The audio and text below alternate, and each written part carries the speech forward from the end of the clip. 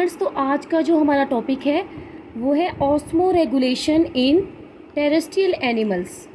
Means जो terrestrial animals हैं वो अपनी बॉडी के अंदर साल्ट या वाटर की कंसंट्रेशन को किस तरह मेंटेन करेंगे।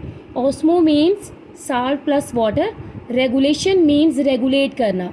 तो हम कह सकते हैं कि जो टेरेस्ट्रियल एनिमल्स हैं वो कैसे अपनी बॉडी के अंदर साल्ट और वाटर की कंसंट्रेशन को मेंटेन करते हैं।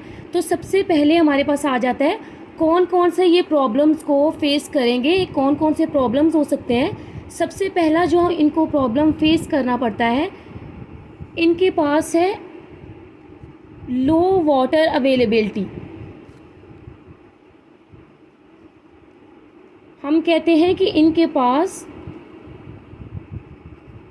वाटर की अवेलेबिलिटी जो है वो बहुत कम होती है। जो टेरेस्ट्रियल एनिमल्स हैं उनके पास वाटर की अवेलेबिलिटी बहुत कम होती है। सेकंड नंबर पे हम कह सकते हैं लॉस ऑफ वाटर। मीन्स क्या, अब लॉस ऑफ वाटर की अगर हम बात करते हैं तो इनमें चांसेस जो हैं वो ज़्यादा होते हैं लॉस ऑफ वाटर के। जो टेरेस्ट्रियल ऑर्गेनिजम्स होंगे उनमें लॉस ऑफ वाटर के चांसेस ज़्यादा होंगे। अब हम देखते हैं कि इन प्रॉब्लम्स को ये सॉल्व करने के लिए कौन कौन सी अडेप्टेशंस लाएंगे अपने अंदर, किस तरह ये खुद को सर्वाइव करेंगे टेरेस्ट्रियल इन्वायरमेंट में। तो सबसे पहले ये क्या लाते हैं अडेप्टेशन अपने अंदर, स्ट्रक्चरल अडेप्टेशन।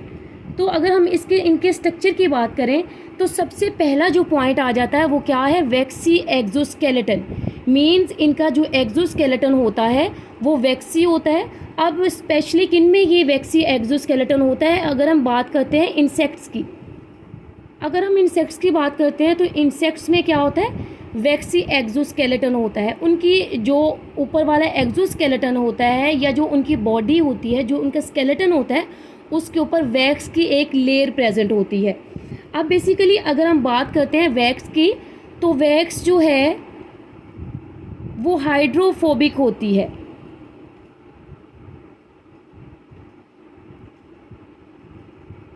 हाइड्रोफोबिक होती है मीन्स जो है वैक्स वो एक बैरियर के तौर पे एक्ट कर रही होती है। अब ये बैरियर किस चीज़ का है, ताकि वाटर को अवेपोरेट होने से बचाया जा सके। वाटर की अवेपोरेशन को रोका जा सके। किसकी अवेपोरेशन को, वाटर की। मैं फिर बता देती हूँ आप लोगों को, जो वैक्सी एक्सोस्केलेटन है ये क्या करता है, एक बैरियर के तौर पे एक्ट करती है ताकि वाटर को ये अवेपोरेट होने से बचाए। नेक्स्ट हमारे पास जो सेकंड पॉइंट है वो क्या आ जाता है, डेड केराटिनाइज्ड मल्टी लेयर। तो अगर हम बात करते हैं डेड केराटिनाइज्ड मल्टी लेयर की, तो स्पेशली ये किस में होता है, ये रेप्टाइल्स में प्रेजेंट होता है। अब रेप्टाइल्स क्या करते हैं, इनके ऊपर क्या होती है, एक केराटिनाइज्ड लेयर होती है जो क्या करती है, बेसिकली प्रिवेंट करती है वाटर लॉस को। मींस वाटर को हम कह सकते हैं लॉस होने से ये बचाती है। तो ये हमारा पॉइंट हो गया first, structural adaptations. Second point हमारे पास क्या आता है, मेटाबॉलिक। मेटाबॉलिक ही अपनी बॉडी के अंदर क्या करते हैं, मेटाबॉलिक अडेप्टेशंस करते हैं। अब मेटाबॉलिक अडेप्टेशंस ये कैसे करेंगे, ये क्या करेंगे, मोस्टली बेटा हम कह सकते हैं ये कार्बोहाइड्रेट्स को यूटिलाइज करेंगे।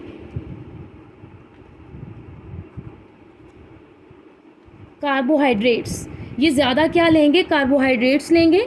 अब हम कह सकते हैं स्पेशली कार्बोहाइड्रेट्स कौन कौन से, एक तो मोनोसेक्राइड हो सकता है, मोनोसेक्राइड, और सेकंड हम कह सकते हैं ये क्या हो सकता है, डाइसेक्राइड।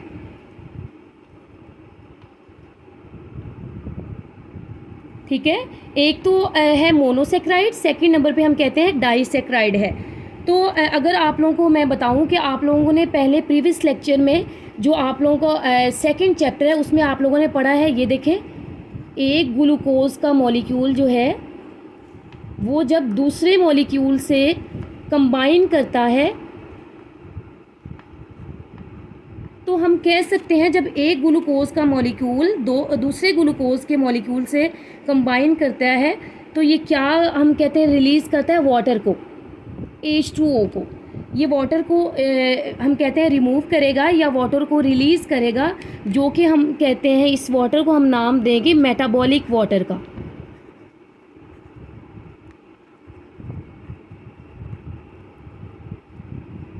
जब ये देखिए दो ग्लूकोज के मॉलिक्यूल आपस में मिल रहे हैं तो क्या करेंगे, इसमें वाटर जो है वो रिलीज़ होगा, इसको हम नाम देंगे मेटाबॉलिक वाटर का नाम देंगे। ठीक है, उसके बाद हमारे पास जो थर्ड अडेप्टेशन आई है वो क्या है, फिजियोलॉजिकल अडेप्टेशन। अब ये क्या करते हैं, अपनी फिजियोलॉजी में ये किस तरह अडेप्टेशंस लाएंगे, तो इसको हम स्टडी करते हैं। इसमें हम देखते हैं सबसे पहले हमारे पास जो पॉइंट आ जाता है वो है किडनी। मीन्स ये अपनी बॉडी के अंदर किडनी की अडेप्टेशंस लाते हैं, अपनी बॉडी को मॉडिफाई करते हैं। अब किडनी का मेन काम क्या होता है, ये क्या करते हैं, री absorption of water.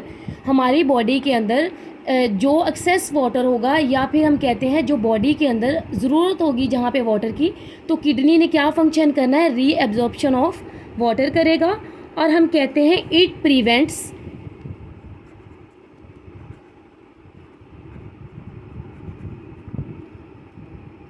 Loss of water. Means ये वाटर को लॉस होने से बचाता है। उसके बाद हम क्या कहते हैं, और ये क्या करता है, प्रोड्यूस कंसंट्रेटेड यूरिन। ये कंसंट्रेटेड यूरिन जो है उसको प्रोड्यूस करता है। ये थे हमारे पास सेकंड जो हमारे पास है मेटाबॉलिक अडेप्टेशंस। ये क्लियर है आप लोगों को। नेक्स्ट हम अडेप्टेशंस जो है वो लेके आने लगे हैं। वो कौन सी अडेप्टेशंस है हमारे पास जी, नेक्स्ट हमारे पास जो है अडेप्टेशंस वो है बिहेवियरल अडेप्टेशन। अब वो अपने क्या करते हैं, ये ऑर्गेनिजम्स अपने बिहेवियर में चेंजिंग लाते हैं, अपने बिहेवियर को इस तरह अडेप्ट करते हैं ताकि वो ज़्यादा से ज़्यादा वाटर को कंजर्व कर सकें या वाटर को लॉस होने से बचा सकें। तो हम देखते हैं, अगर मैं आप लोगों को एग्जांपल दूं कि जब रमज़ान का मंथ होता है तो हम क्या करते हैं, मोस्टली हम डे टाइम में बाहर नहीं निकलते। क्यों नहीं निकलते, इस वजह से ताकि हमें ज़्यादा प्यास ना लगे या हमारी बॉडी के अंदर डिहाइड्रेशन ना हो जाए। तो हम कहते हैं नॉकटर्नल, ये ऐसे ऑर्गेनिज्म होते हैं जो बेसिकली क्या करते हैं, नॉकटर्नल बिहेवियर शो करते हैं। मीन्स क्या है, ये अवॉइड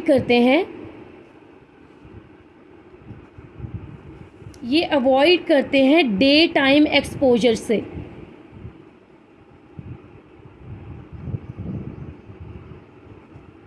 ये खुद को बाहर नहीं निकालते, ये डे टाइम एक्सपोजर से खुद को बचाते हैं ताकि अपने बिहेवियरल एडेप्टेशन ला सकें और ख़ुद को जो वाटर है उसको कंजर्व कर सकें, वाटर को लॉस होने से बचा सकें।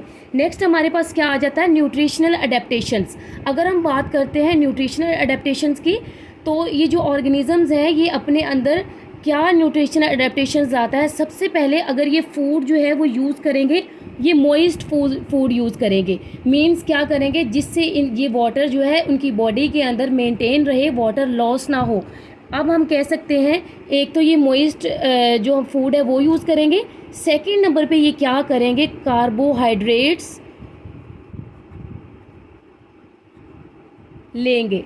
अब कार्बोहाइड्रेट्स मैंने पहले भी ये थोड़ी देर पहले आप लोगों को बताया कि कार्बोहाइड्रेट्स क्या होता है। जब दो हमारे पास ग्लूकोज मिलते हैं तो वो क्या करते हैं, वाटर को रिलीज़ करते हैं, मेटाबॉलिक वाटर को क्या करते हैं, रिलीज़ करते हैं। ठीक है, उसके बाद हम कहते हैं इसकी जो बेस्ट एग्जांपल है जो न्यूट्रिशनल में आ जाती है वो क्या है, कैंगरू रैट। अब जो कैंगरू रैट है ये किस तरह खुद को मॉडिफाई करता है, किस तरह ये अडेप्टेशंस लाता है, ये खुद को क्या करता है, मॉइस्ट फूड जो है वो इनटेक करता है। आगे नेक्स्ट हमारे पास एक पॉइंट आ जाता है एनहाइड्रोबायोसिस। ये बहुत ही इंपॉर्टेंट डेफिनेशन है, आप लोगों की इवन ये एग्जाम्स में ज़रूर आती है एनहाइड्रोबायोसिस। तो अगर हम एनहाइड्रोबायोसिस की डेफिनेशन करेंगे तो हम देखेंगे इसकी डेफिनेशन क्या होगी। जस्ट हम कहते हैं 3 वर्ड्स पे ये कंसिस्ट होती है, टॉलरेंस अगेंस्ट डिहाइड्रेशन।